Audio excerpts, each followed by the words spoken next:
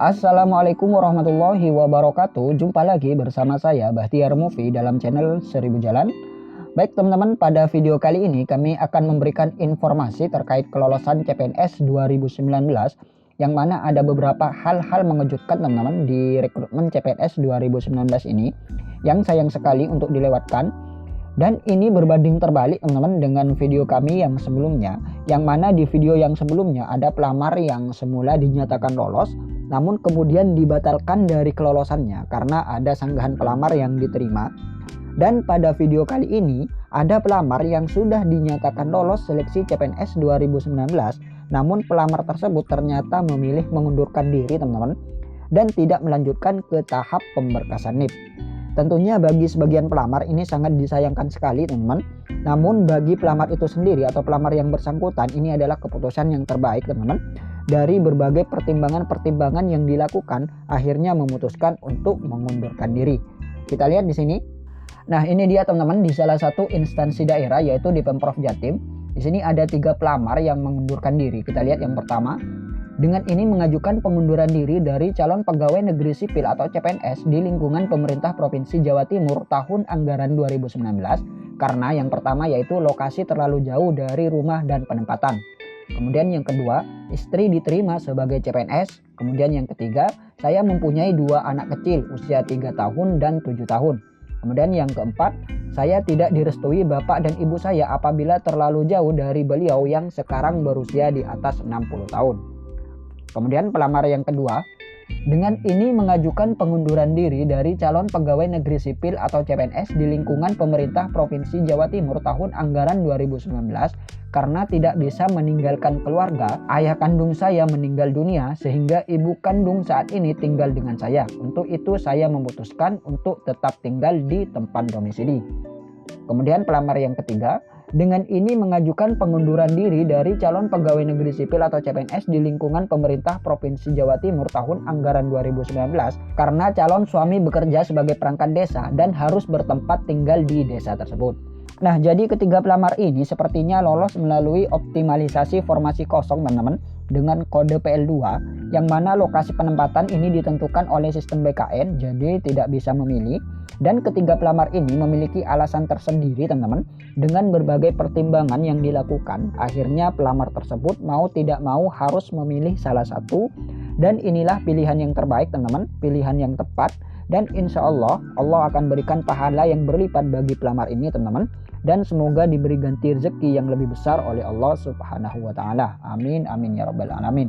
Kemudian di instansi pusat juga ada pelamar yang mengundurkan diri teman-teman, yaitu di Kemenpan RB. Kita lihat di sini pengumuman tentang pelamar pengganti yang mengundurkan diri sebagai calon pegawai negeri sipil CPNS Kementerian Pendayagunaan Aparatur Negara dan Reformasi Birokrasi tahun anggaran 2019.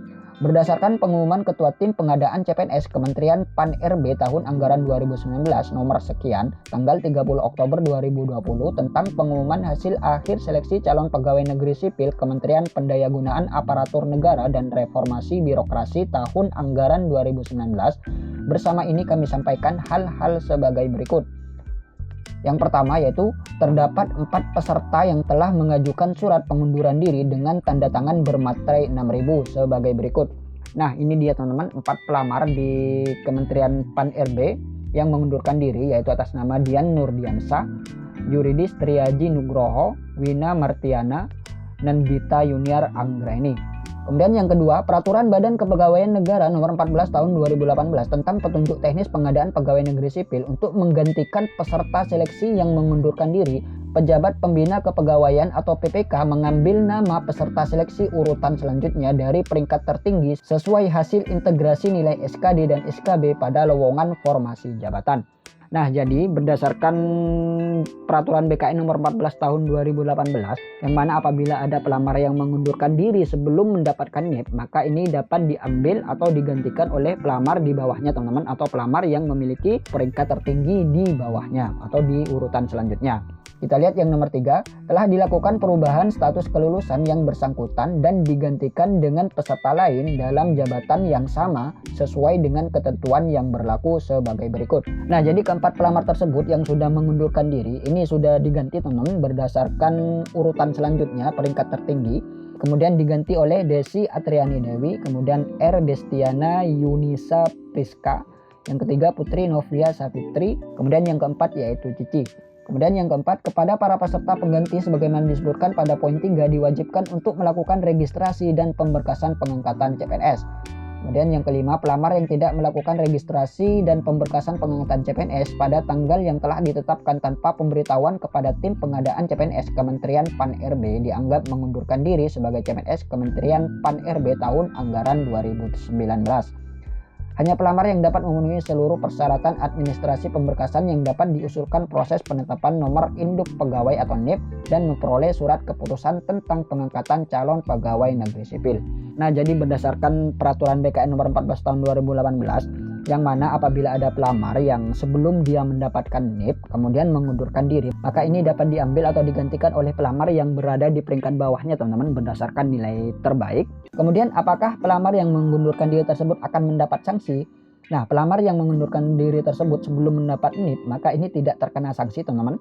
Jadi pelamar tersebut masih bisa mengikuti CPNS di periode berikutnya. Yang mendapatkan sanksi apabila pelamar tersebut sudah mendapatkan NIP kemudian mengundurkan diri, maka pelamar tersebut ini dapat sanksi teman-teman, yaitu tidak bisa mengikuti seleksi CPNS periode berikutnya. Ini sesuai dengan jawaban BKN teman-teman, di mana ada salah satu pelamar yang bertanya. Kita lihat di sini. Min, kalau ada pelamar mengundurkan diri, apakah posisi kedua bisa mengisi, Min? Dan apakah mengundurkan diri itu kena sanksi? Kemudian BKN menjawab teman-teman melalui akun sosial medianya, Min, kalau lulus tapi milih mengundurkan diri, apa kena sanksi? Sanksinya apa? Kemudian BKN menjawab teman-teman, mengundurkan diri sebelum pemberkasan dikirim oleh pelamar CPNS semestinya masih bebas dari sanksi. Yang dapat sanksi yang sudah ikut pemberkasan, praktek NIP sudah diproses malah mengundurkan diri. Nah, jadi buat teman-teman yang sudah dinyatakan lolos kemudian ragu antara lanjut atau tidak, ini biasanya untuk pelamar yang lolos melalui optimalisasi formasi kosong teman-teman. Karena pengisian formasi kosong dilakukan secara acak oleh sistem BKN.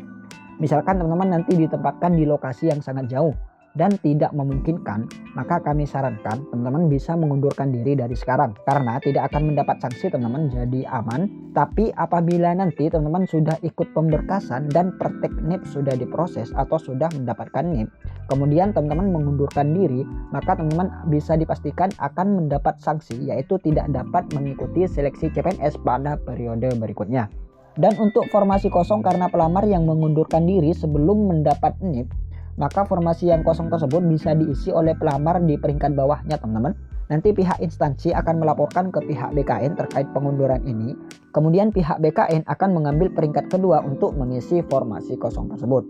Tapi apabila pelamar tersebut sudah mendapat NIP kemudian mengundurkan diri, maka formasi yang kosong tersebut tidak dapat diisi teman-teman dan akan dianggarkan pada formasi CPNS periode berikutnya. Jadi seperti itu. Baik teman-teman, itulah informasi dari kami. Semoga video ini bermanfaat. Wassalamualaikum warahmatullahi wabarakatuh.